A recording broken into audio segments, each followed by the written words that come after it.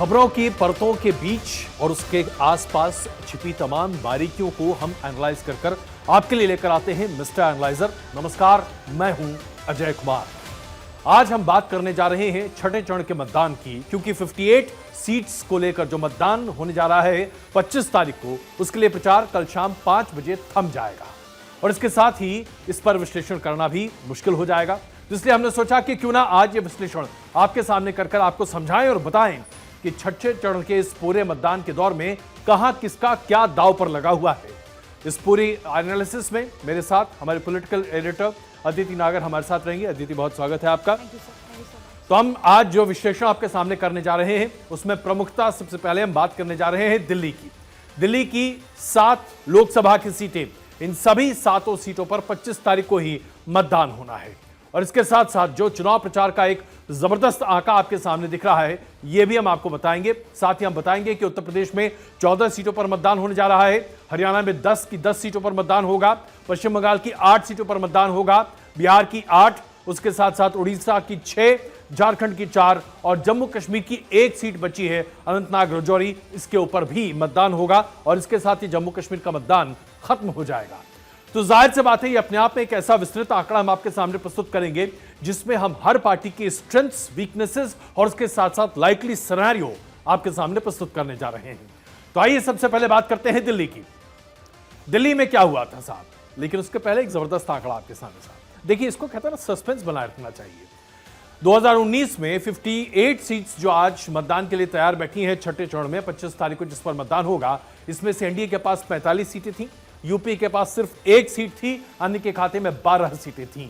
यानी अगर आप देखें तो यूपीए जो 2019 का था उसके लिए आज खोने के लिए बहुत कम है, लेकिन अन्य जो आज दरअसल इंडिया अलायंस का हिस्सा है उसके पास खोने के लिए बहुत ज्यादा।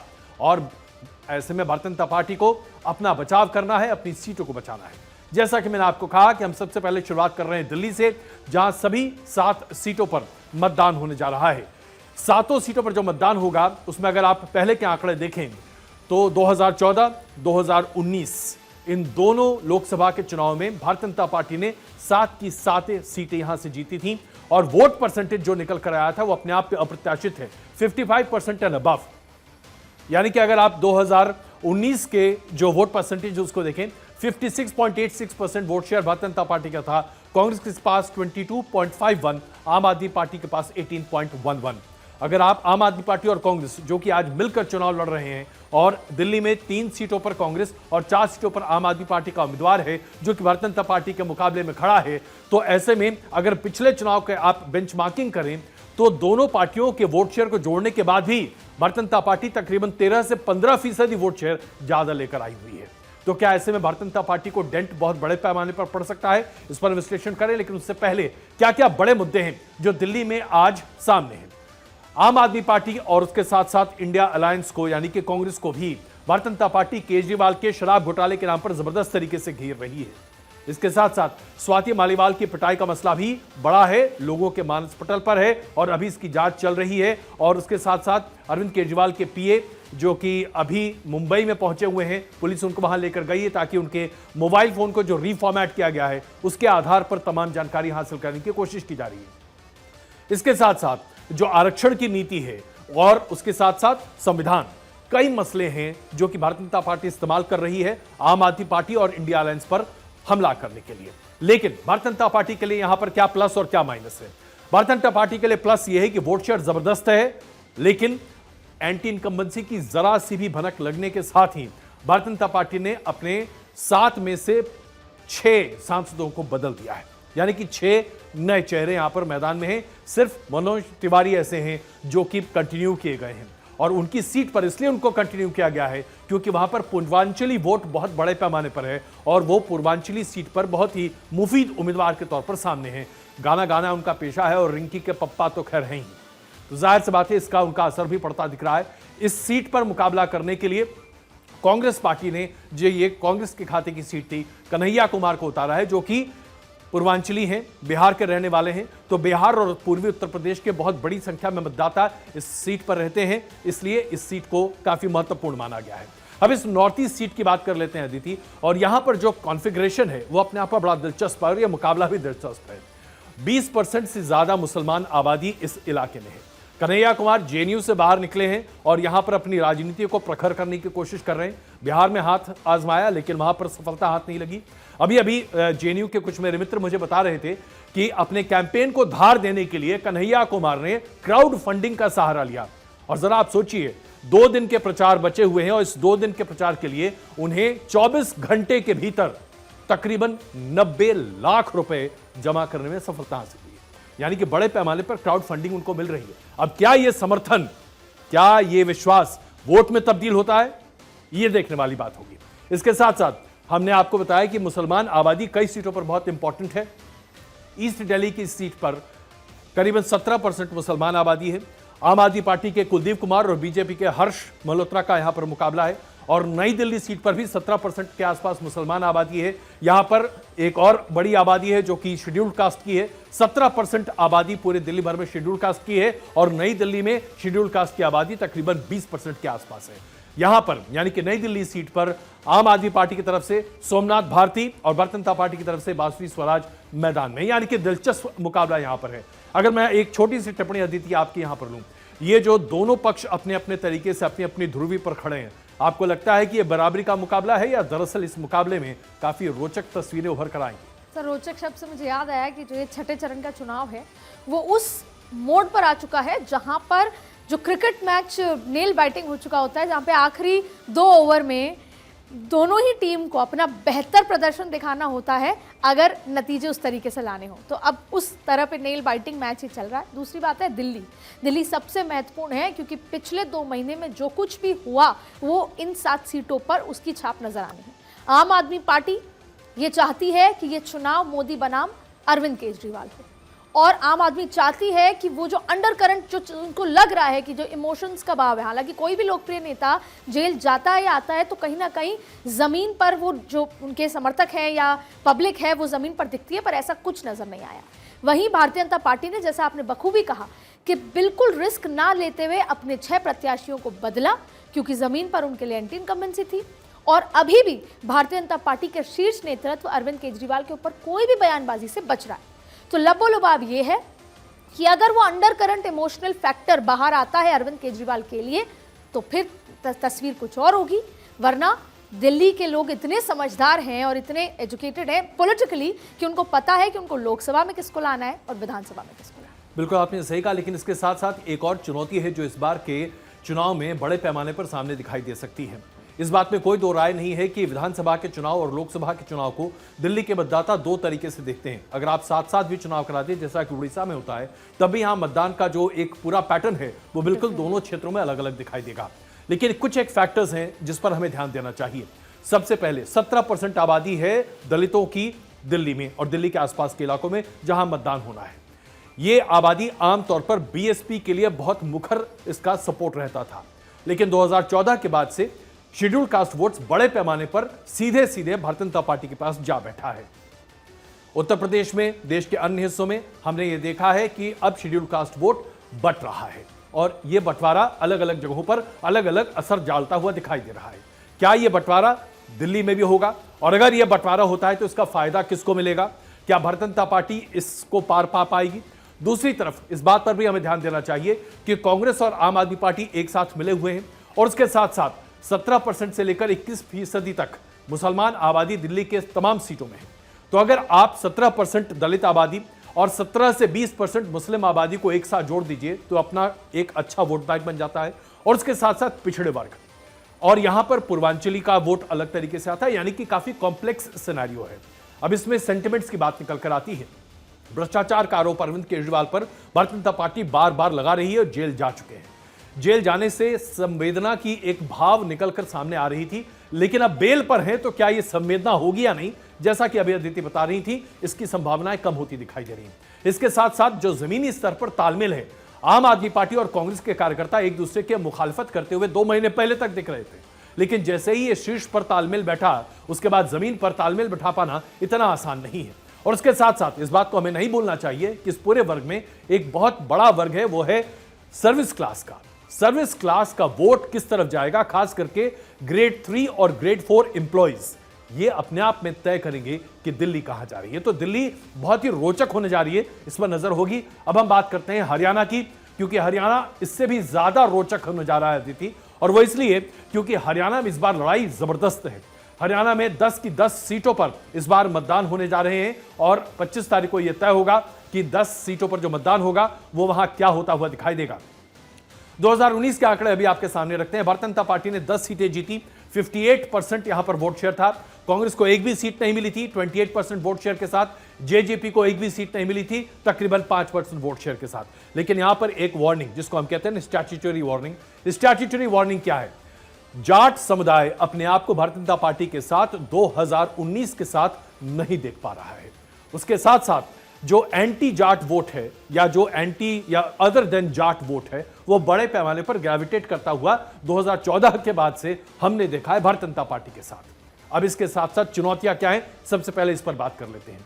हरियाणा में एंटी इनकम्बेंसी बड़े पैमाने पर है, जो कि वहां के राज्य सरकार के सत्ता परिवर्तन के साथ भारतीय जनता पार्टी ने उसे साधने की कोशिश की है। खट्टर साहब को मुख्यमंत्री के पद से हटाकर उनसे रोहतक की सीट पर लोकसभा का उम्मीदवार बना दिया गया। अब इसका फायदा मिलेगा, नुकसान होगा, यह हम आपको आगे समझाएंगे। अनिल विज जो कि बड़े नेता हैं, नाराज हैं क्योंकि उनको मुख्यमंत्री बनने का मौका नहीं मिला। ऐसे कई उम्मीदवार हैं जिनकी टिकट कटी है, वो नाराज बैठे हैं। हरियाणा में देखिए मान सम्मान बहुत जबरदस्त चीज है। हरियाणा और राजस्थान के इस बेल्ट में जहां पर जाट बहुल और गुजर बहुल इलाके हैं, वहां पर मान सम्मान और आत्मसम्मान ये बहुत बड़ी चीज होती है। अगर ये बात अदिति में गलत पा रहा हूं तो मुझे चेक कीजिए। वेस्टर्न यूपी में भी तो ये जो मान सम्मान वाली चीज है ना, आपने हमारा टिकट काट दिया भाई, हम इसको बर्दाश्त नहीं करेंगे और हम बागी बन जाएंगे।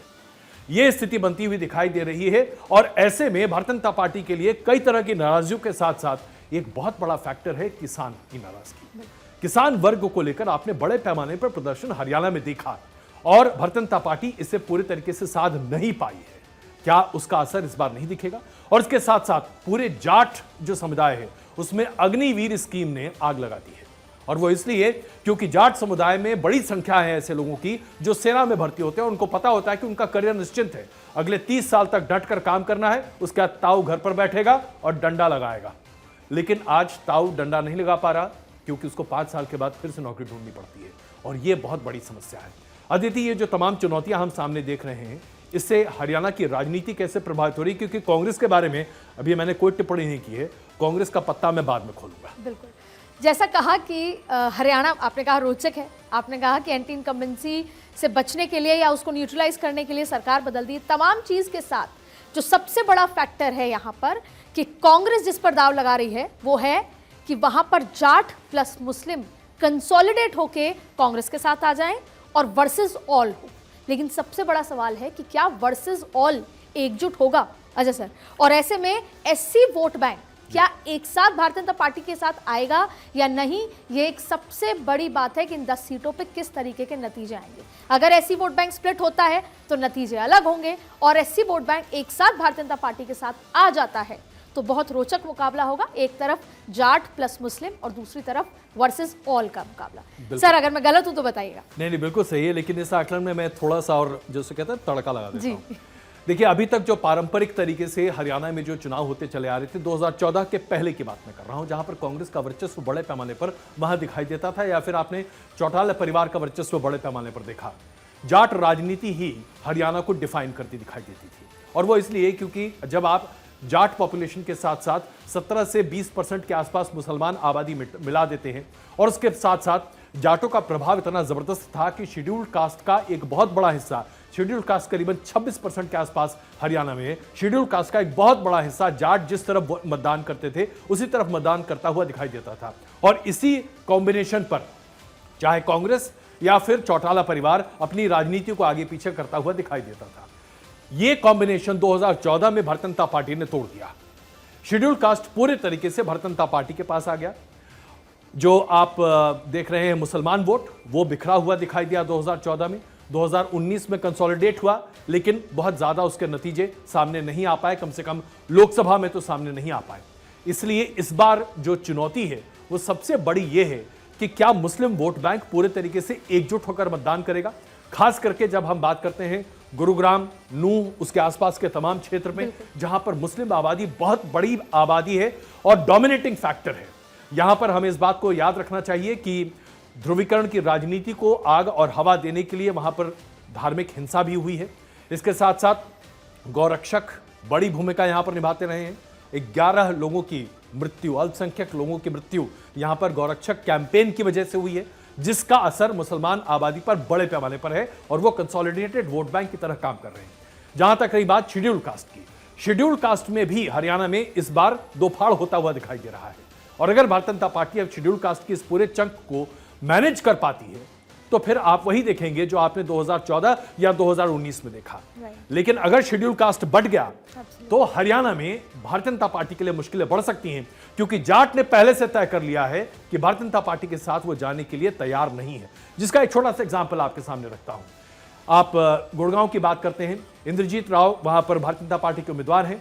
वहां पर बीजेपी के 3 विधायक हैं और ये तीनों के 3 विधायक इंद्रजीत राव के साथ एक भी दिन चुनाव कैंपेन करते हुए नहीं दिखाई दिए। कांग्रेस ने यहां पर राज बब्बर को एक पैराट्रूप के तौर पर उतारा। राज बब्बर को कांग्रेस हर जगह इस्तेमाल करती है जहां जहां उसे लगता है कि मुस्लिम आबादी बड़ी है। नूह, उसके आसपास के तमाम इलाकों को प्रभावित करने वाले राज बब्बर यहां पर उम्मीदवार के तौर पर हैं। और आप बेहतर तरीके से जानती हैं अदिति कि इसका क्या असर निकलने जा रहा है। आपको क्या लगता है, राज बब्बर का दाव चलेगा गुड़गांव में? आप तो वहीं रहती हैं। देखिए, उत्तर प्रदेश, मैं सोना में ही रहती हूँ और वहाँ पर जो फैक्टर्स की आपने बात की वो बहुत प्रोमिनेंटली आपको ज़मीन पे दिखाई देते हैं। मैंने राज बब्बर जी को गुड़गांव के हर रेस्टोरेंट, क्योंकि वहाँ पे हर 10 मीटर की दूरी पे ढाबे हैं जो बहुत चलते हैं आधी रात, और मैंने राज बब्बर को ऐसा कैंपेन करते देखा है कि वो सुबह से निकलते हैं उन ढाबों में और दोपहर तक जाते हैं वहाँ के युवाओं के साथ घुलने के लिए। और नूह के इलाके में भी वो गए हैं। उत्तर प्रदेश में भले ही वो कार्ड ना चला हो बतौर अध्यक्ष, लेकिन यहाँ पर चलने की कोशिश है, इसलिए टक्कर जो है वो कांटे की है। जैसा आपने बताया वो जमीनी हकीकत है वहाँ। बिल्कुल। और इसके साथ साथ अब मैं कांग्रेस के पत्ते आपके लिए खोलता हूँ। देखिए, आज अभी तक आपने समझा होगा कि भारतीय जनता पार्टी के लिए कितनी मुश्किलें हैं, लेकिन साहब उसको कहते हैं ना, नाच नावे आंगन टेढ़ा। ये बिल्कुल साबित होता है भारतीय जनता पार्टी के विपक्ष में खड़ी कांग्रेस के लिए। कांग्रेस के लिए प्लेट सजी हुई है साहब, खाना लगा हुआ है, वोटर और लोगों का असंतोष सामने है, लेकिन साहब हम खाएंगे नहीं। हम नवाब हैं, कोई उठाए और हमारे मुंह में निवाला डाल दे। कांग्रेस की स्थिति यही है हरियाणा में, क्योंकि भूपेंद्र सिंह हुड्डा यहां पर सबसे बड़े कांग्रेस के नेता हैं। उनके बेटे इस बार उम्मीदवार के तौर पर हैं, लेकिन साहब यहां पर सिर फुटअव्वल कांग्रेस के भीतर नहीं है। 3 धड़े में कांग्रेस यहां पर बटी हुई है। कुमारी शैलजा और किरण चौधरी एक साथ मिलाकर अपना एक अलग तूती बजा रही हैं। उसके साथ साथ रणदीप सुरजेवाला और उनका पूरा एक अलग गैंग है जो कि राहुल गांधी के बहुत ही करीब है, और उसके साथ साथ ये अलग अपनी सुर और तूती अलग बजाते हैं। 3 धड़े में कांग्रेस यहां बटा हुआ है। दरअसल 4 या 5 धड़े भी कह सकते हैं, क्योंकि कांग्रेस के लिए आम बात है। आमतौर पर कांग्रेस की जब एक दूसरे के साथ होते हैं तो सिर फुटअव्वल जबरदस्त होती है। और हरियाणा में इस बार हर किसी को लग रहा है कि मौका इतना अच्छा है कि आगे बढ़ो और उसके बाद नेतृत्व अपने हाथ में ले लो। और यही वजह है कि आपस में टकराते टकराते सजी हुई प्लेट शायद धरी की धरी रह जाए और कोई निवाला प्लेट से मुंह तक लाने को तैयार ना हो और कांग्रेस बाजी हार जाए। इसकी आशंका, इसकी संभावना बड़े पैमाने पर हो सकती है, और ये भारतीय जनता पार्टी के लिए खुशखबरी है। इसके अलावा और मैं कुछ नहीं कह सकता। सर, ये किरण चौधरी वही है ना जिन्होंने अपनी ही पार्टी के प्रत्याशी अजय माकन को के लिए चुनाव में क्रॉस वोट किया था और जिसकी वजह से बहुत सिर फुटअव्वल हुई थी अब देखिए राज्यसभा चुनाव में। किरण चौधरी का इतिहास बहुत लंबा जाता है, उस पर चलेंगे तो हम पूरा एक शो कर सकते हैं। लेकिन वो अभी इस बार बहुत ज्यादा इसलिए परेशान है क्योंकि उनकी बेटी को टिकट नहीं मिल पा रहा है जी। और उनकी बेटी को टिकट इसलिए शायद नहीं मिल पाया क्योंकि वो सक्रिय राजनीति से कोसों दूर हैं। मेरे बहुत अच्छे मित्र हैं और मैं उनको बहुत अच्छे तरीके से जानता हूँ, पारिवारिक संबंध है हमारे। तो हम लोग के बीच में अक्सर ये बातें होती रहती हैं कि भाई कैंपेन करने के लिए कभी तो चली जाओ, लेकिन श्रुति कहीं बाहर निकलती नहीं, तो इसलिए ये एक अलग ही मसला है। खैर, आइए अब बात करते हैं, आगे बढ़ते हैं, बात करते हैं उत्तर प्रदेश की। उत्तर प्रदेश में 14 सीटों पर मतदान होने हैं और यहां से पूर्वांचल का जो मतदान है ये अपने आप में शुरू हो जाता है और ये बताता है कि आप इस बार जो चुनाव देखेंगे पूर्वांचल का वो एक अलग डायनेमिक्स पर होगा। इसको हम आपके सामने एक्सप्लेन करेंगे। ये जो तमाम सीटें अभी आपने देखी, चाहे इलाहाबाद, फूलपुर, प्रतापगढ़, सुल्तानपुर, अंबेडकर नगर पर हमें आएंगे, याद कीजिएगा, पॉइंट टू बी नोटेड यहाँ पर। उसके बाद डुमरियागंज, बस्ती, संत कबीर नगर, इस पर भी पॉइंट किया जाएगा, और आजमगढ़, फिर जौनपुर, मछलीशहर और भदोही पर तो हम बात करेंगे ही। यहां पर अभी तक जो उत्तर प्रदेश का जो हाल है, आपने देखा कि उत्तर प्रदेश में 80 सीटों पर भारतीय जनता पार्टी को बहुत अच्छी सफलता मिली थी, 64 से सीटें ज्यादा मिली थी, 51% वोट शेयर था। लेकिन इस बार उत्तर प्रदेश में समीकरण बदला हुआ है। इस बार भारतीय जनता पार्टी एक ध्रुवी है, दूसरी ध्रुवी पर इंडिया अलायंस है और तीसरी ध्रुवी पर बीएसपी है, यानी कि त्रिकोणीय मुकाबला है। ये जो पूरा क्षेत्र है जहां पर इस बार मतदान 25 तारीख को होने वाले हैं, इसमें भारतीय जनता पार्टी ने 9 सीटें जीती थी, कांग्रेस को एक भी सीट पर सफलता नहीं मिली थी और एसपी बीएसपी आरएलडी कंबाइंड जो कि 2019 में था उसको 5 सीटें मिली थी, जिसमें से 4 सीटें बीएसपी के पास आज हैं। अब आप समझिए कि इसमें क्या स्थिति और कहां पर आ रही है। सबसे पहले इस पूरे दौर को समझने के लिए आपको यह समझना पड़ेगा कि यहां पर कौन कौन से फैक्टर हैं जो बड़े पैमाने पर काम आ रहे हैं। यहां पर शेड्यूल कास्ट की एक बहुत बड़ी आबादी है, कई ऐसे नगर, कई ऐसे शहर जो नाम आपने देखे जिनके नाम मायावती के द्वारा दिए गए हैं। चाहे आप अंबेडकर नगर की बात करें, संत कबीर नगर की बात करें, ये सारे नाम मायावती ने दिए थे और वो इसलिए दिए थे क्योंकि यहां पर उनका वोट बैंक बड़ा जबरदस्त है, उनकी लॉयल फॉलोइंग यहां पर बड़े पैमाने पर है। समाजवादी पार्टी और बीएसपी के गठबंधन की वजह से 2019 में बीएसपी को यहां काफी फायदा मिला था क्योंकि दोनों पार्टियों ने एक दूसरे को वोट ट्रांसफर किया था। क्या कांग्रेस और एसपी इस बार ऐसा कर पाएंगे, यक्ष प्रश्न। उसके बाद भारतीय जनता पार्टी ने शेड्यूल कास्ट में भी सेंध लगाई थी जिसका बड़े पैमाने पर फायदा हुआ था और भारतीय जनता पार्टी ने इसे एक कदम और आगे बढ़ाया है। इस बार पूर्वांचल की सीटों को साधने के लिए भारतीय जनता पार्टी ने निषाद पार्टी, अपना दल, इन तमाम दलों से गठबंधन किया है और यह गठबंधन भारतीय जनता पार्टी को मजबूती देगा ऐसा माना जा रहा है। तो ये जो छोटी पार्टियों के साथ गठबंधन है, चाहे आप अपना दल सोनेवाल की बात कर लें, एसबी एसपी की बात कर लें, यादव समाज को थामने के लिए एमपी के साथ जो एमपी के जो सीएम हैं मोहनलाल यादव, इनको बार बार यहां पर आयोजित किया जा रहा है कि वहां जनसभाओं का आयोजित करें और खुद योगी आदित्यनाथ ने यहां पर अपना कैंप डाल रखा है। और इस पूरे इलाके में एक और वर्ग है जो बहुत बड़ा दबदबा रखता है, वो है राजपूत वर्ग।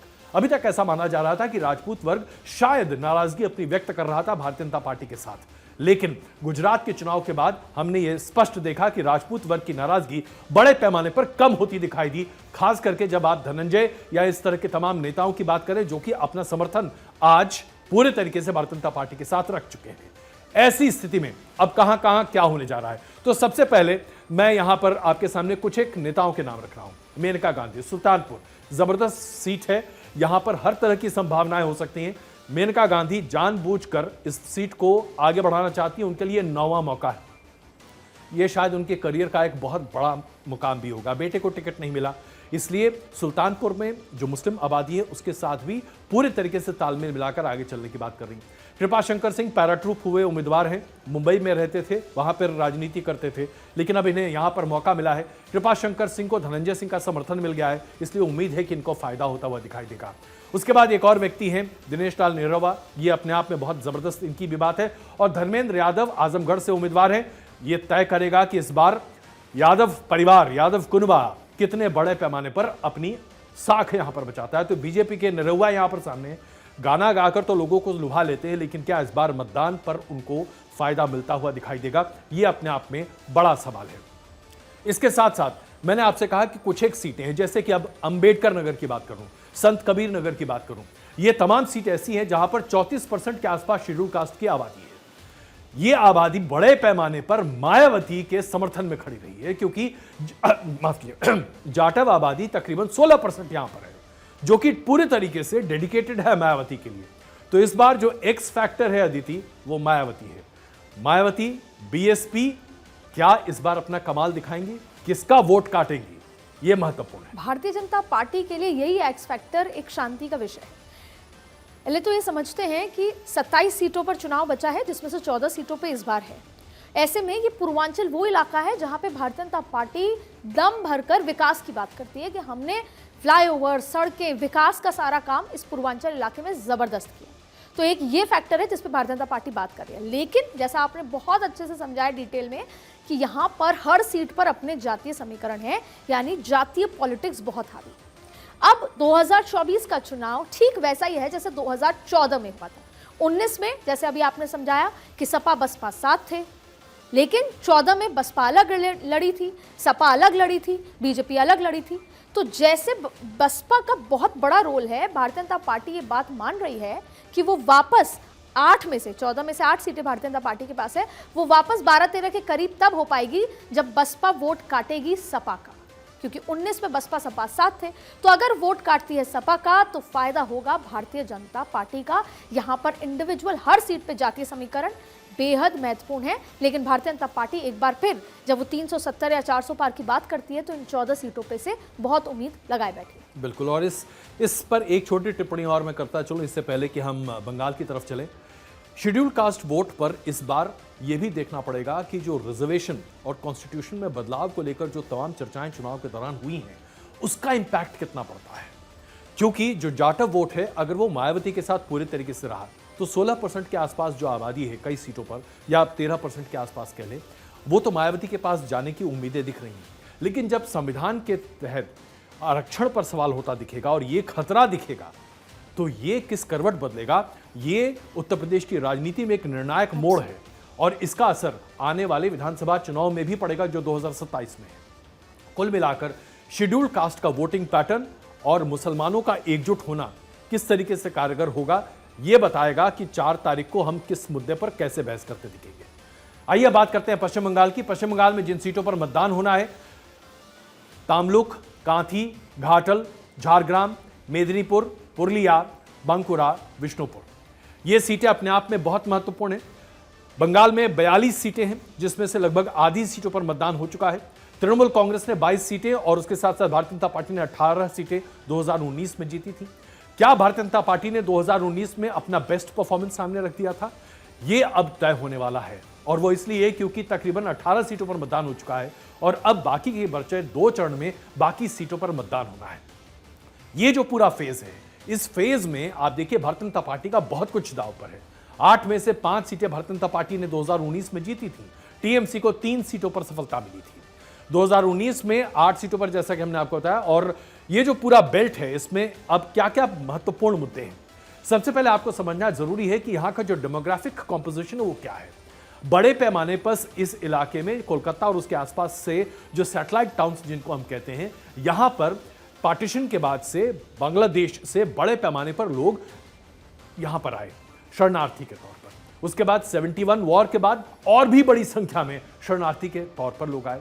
और जो मतवा समाज की हम बात करते हैं, जो 17 लोकसभा सीटों पर अपना प्रभाव रखते हैं, 8 डिस्ट्रिक्ट पर उनका काफी अच्छा वहां पर पकड़ है। करीबन 1.25 करोड़ के आसपास मतवा वोटर्स हैं जो कि इस पूरे 17 लोकसभा सीटों पर अलग अलग जगहों पर उनकी अलग अलग डोमिनेंस है।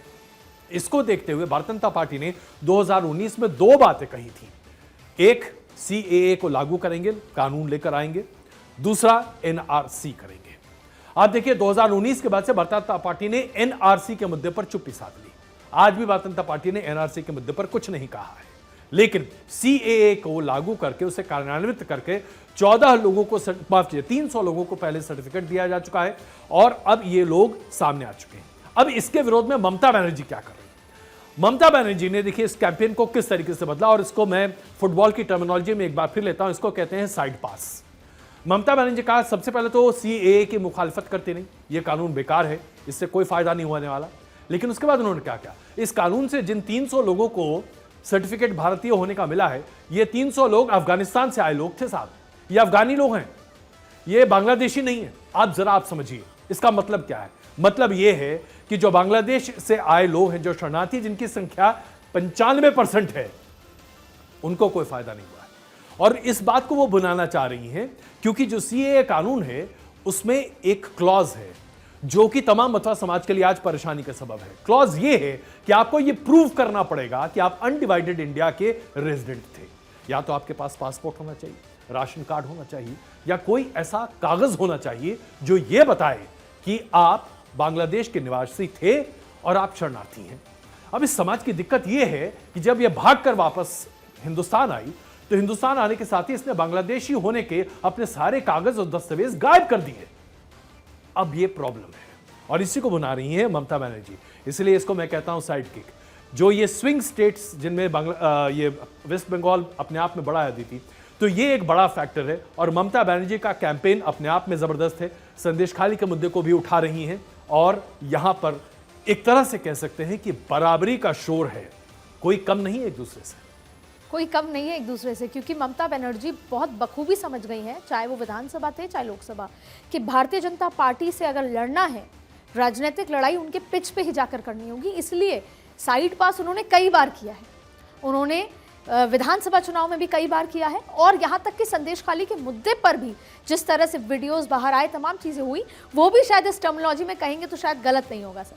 दूसरी बड़ी बात है कि कॉन्फिडेंस लेवल आप देखिए सर, आप 2 महीने पहले, 4 महीने पहले अगर बीजेपी के किसी वरिष्ठ नेता से मिलते तो उनका कॉन्फिडेंस पश्चिम बंगाल में था कि 18 से 22 हो रहा है। फिर आप 15 दिन बाद मिलते तो कहते कि 22 से 30 हुआ, ये कहा गया, और अब आप मिलेंगे तो वो 30 से सर लगभग 40 के आसपास पहुंच चुके हैं, क्योंकि वो, और ये 40 कब हुआ, जब आपने जो फैक्टर कहा कि CAA के वो नाम पर कितने लोगों को जो नागरिकता दी गई है, उन्होंने 30 से इसकी छलांग 40 लगा ली।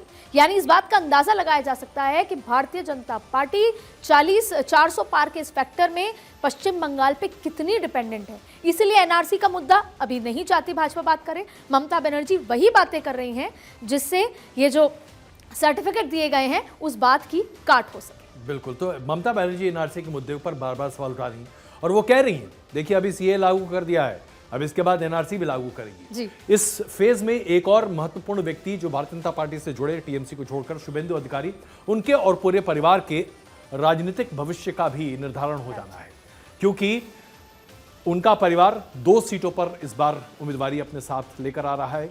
और अगर शुभेंदु अधिकारी इस पूरे खेल में खेला होबे, जो एक कॉल विधानसभा चुनाव के समय दिया गया था, उसमें ममता बनर्जी के काट के तौर पर सामने निकल कर नहीं आएंगे, तो पश्चिम बंगाल में भारतीय जनता पार्टी का जो ओरिजिनल काडर है वो बड़े पैमाने पर शुभेंदु अधिकारी के मुखालिफत में खड़ा होगा।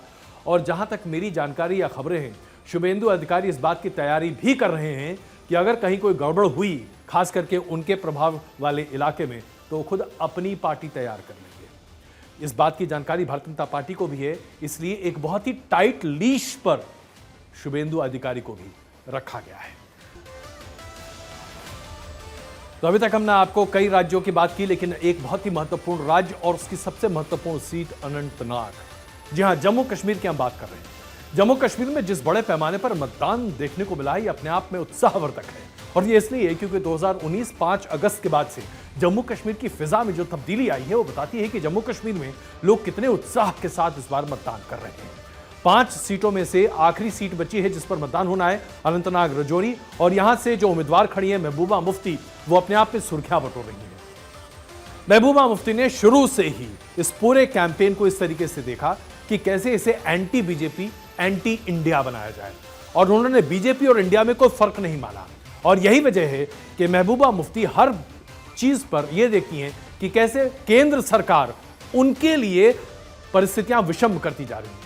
जैसे कि मौसम खराब हुआ और चुनाव पोस्टपोन हुआ, 13 मई को यहां पर मतदान होना था, उससे 25 मई किया गया, और सबसे पहले महबूबा मुफ्ती ने कहा, यह देखिए भारतीय जनता पार्टी ने मेरे साथ नाइंसाफी की। इसी तरीके का एक प्रचार वहां पर बनाने की कोशिश की जा रही है। दरअसल इस पूरे सीट में डीलिमिटेशन के बाद कई ऐसे इलाके रजौरी के जोड़ दिए गए हैं जहां पर बड़े पैमाने पर गुजर, बकरवाल और उसके साथ साथ जो पहाड़ी क्षेत्र है उसके निवासी हैं।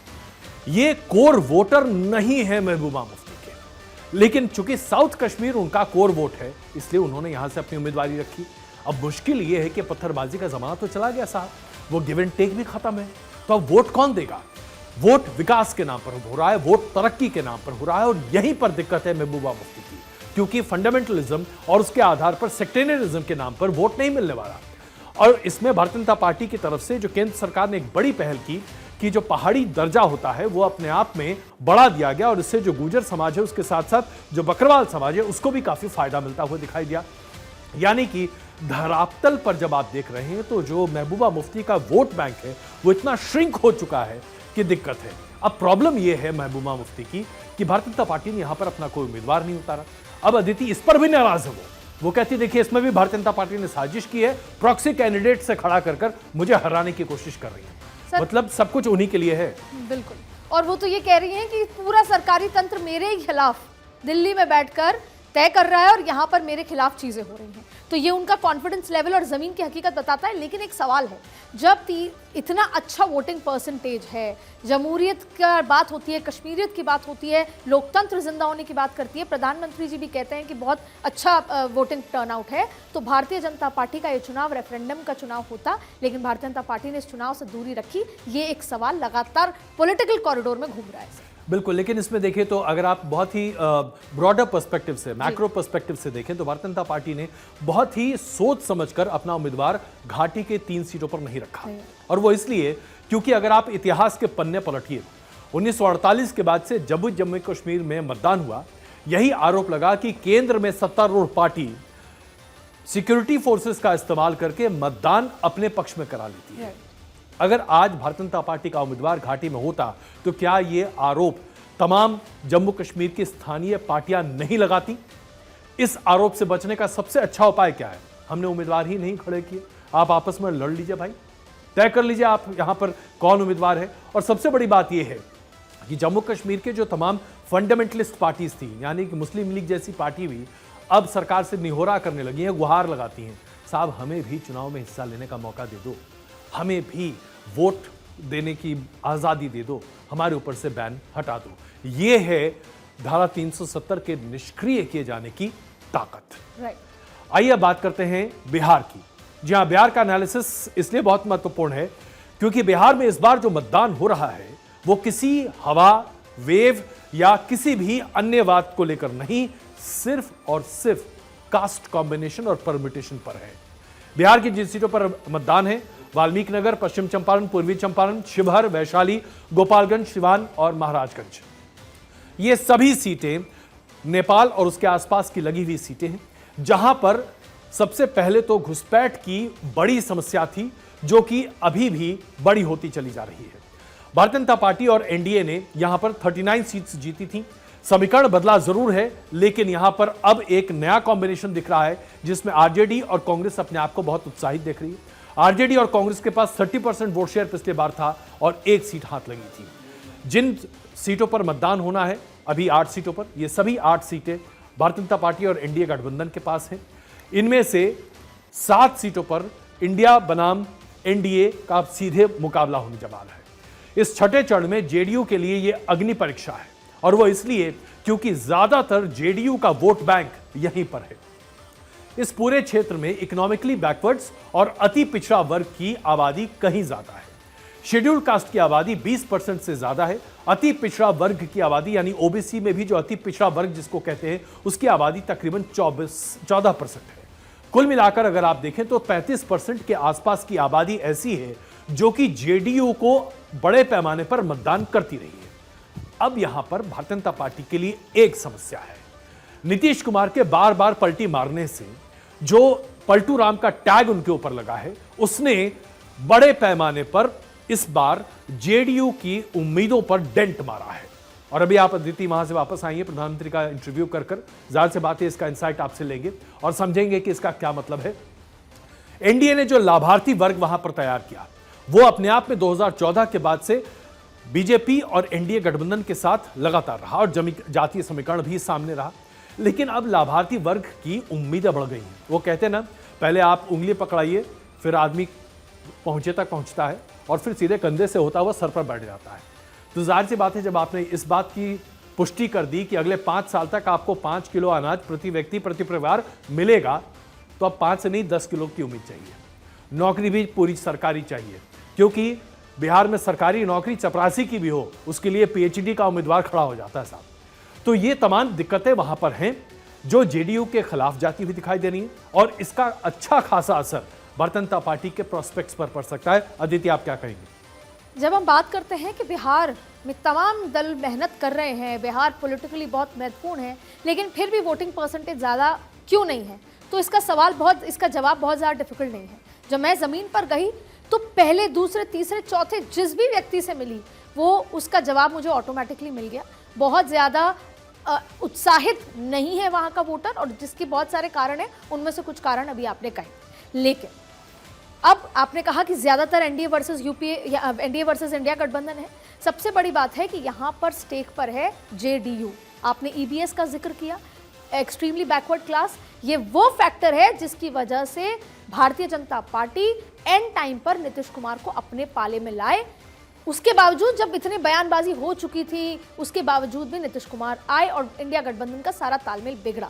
लेकिन अब क्या ये EBS, extremely backward class, EBC, क्या ये भारतीय जनता पार्टी को ट्रांसफर हो पाएगा, या जेडीयू इंटैक्ट कर रख पाएगा, या ये आरजेडी के पास जा रहा है? इसका जवाब ये है कि जब हम जमीन पर गए, भारतीय जनता पार्टी अपने पुराने वोटर को इंटैक्ट रखे हुए है। अभी भी भारतीय जनता पार्टी का प्रदर्शन अच्छा होगा पूरे बिहार में, लेकिन जेडीयू पे वोटर का जो मन है वो खिन्न हो चुका है और वोटर खिसक के आरजेडी के पास जा रहा है। ये सबसे बड़ी चुनौती है। लेकिन प्रधानमंत्री ने बिना ये सोचे कि भारतीय जनता पार्टी के लिए रैली कर रहा हूं या जेडीयू, एनडीए के लिए पूरी ताकत झोंक रखी। बिल्कुल। अब यहाँ पर एक और बड़ी बात निकल कर आती है, 16 सीटें जेडीयू के पास हैं और ये निर्धारित करेंगे कि बिहार में 39 का स्कोर किस तरीके से एनडीए मेंटेन कर पाएगा। अब हमारे पास समय बहुत कम है, इसलिए मैं जल्द आपको झारखंड ले चलता हूं। झारखंड एक स्विंग स्टेट है जिसके बारे में हम लगातार चर्चा करते रहे। झारखंड में 4 सीटों पर मतदान है, गिरिडीह, धनबाद, रांची और जमशेदपुर। इसमें से 2 सीटें बहुत महत्वपूर्ण मैं मानता हूं, रांची और जमशेदपुर, जहां ध्रुवीकरण और उसके साथ साथ शेड्यूल्ड ट्राइब वोट बड़े पैमाने पर मायने रखता है।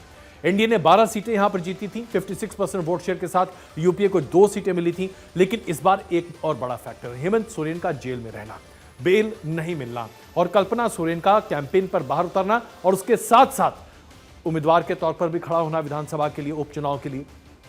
कल्पना सोरेन का फैक्टर और हेमंत सोरेन का फैक्टर शेड्यूल्ड ट्राइब वोट्स को एकजुट करने में बड़ा कामयाब होता दिखाई दे रहा है। भारतीय जनता पार्टी इसकी काट किस तरीके से निकालेगी, यह अपने आप में सोचने वाली बात है। लेकिन हां, कुछ एक तथ्य और मूल्य यहां पर, अगर शेड्यूल्ड ट्राइब वोट और मुसलमान वोट रांची और जमशेदपुर या इवन धनबाद की बात करें, इन सभी जगहों पर एकजुट होता हुआ दिखाई देगा तो परिणाम बदलते हुए दिखाई दे सकते हैं। यह स्विंग स्टेट इसलिए भी मैं मान रहा हूं क्योंकि कांग्रेस अपने आप को यहां कम से कम 3 सीट में रेस पर मांग रही है और जेएमएम कम से कम 4 से 5 सीटों पर रेस पर मांग रही है। अगर यह परिणाम इस तरीके से निकले और स्विंग फैक्टर इस तरीके से काम करा जहां पर हेमंत सोरेन की शेड्यूल्ड ट्राइब वोट्स इंटैक्ट रहे और उसके साथ साथ ओबीसी वोट में बंटवारा हुआ, क्योंकि यहां पर आरजेडी का भी अच्छा खासा यहां पर दबदबा है, यादव वोट भी है और बैकवर्ड ओबीसी वोट भी यहां पर बड़े पैमाने पर है, तो फिर चीजें बदल सकती हैं, मुश्किल हो सकती है। लेकिन हम इस पर बेहतर विश्लेषण 4 तारीख को कर पाएंगे। ये एक ऐसा स्विंग स्टेट है जिस पर नजर रखना आवश्यक है। अदिति, बहुत धन्यवाद हम इस चर्चा में आ पाई, लेकिन एक छोटी टिप्पणी आपकी। बस इस अनप्रिडिक्टेबल स्टेट है और एक ही बात कहेंगे, भारतीय जनता पार्टी भ्रष्टाचार वर्सेस इमोशन, इन्हीं 2 चीजों का फैक्टर मुद्दों के लिहाज से नजर आ रहा है। बिल्कुल, बहुत धन्यवाद इस चर्चा के लिए। और हमने आपके सामने एक मोटी तस्वीर प्रस्तुत की है। जाहिर सी बात है अभी हमारे पास वक्त बहुत है, 1 तारीख के बाद तो और भी बड़ी तस्वीर आपके सामने रखेंगे, एक स्टेट का विश्लेषण आपके सामने करके बताएंगे, ताकि आप इतने इन्फॉर्म्ड व्यूअर हों कि 4 तारीख को जब हम सीटों की बात करें तो आप इंस्टेंटली रिकॉल करें, अरे भाई एनालाइजर में उसने ये बताया था।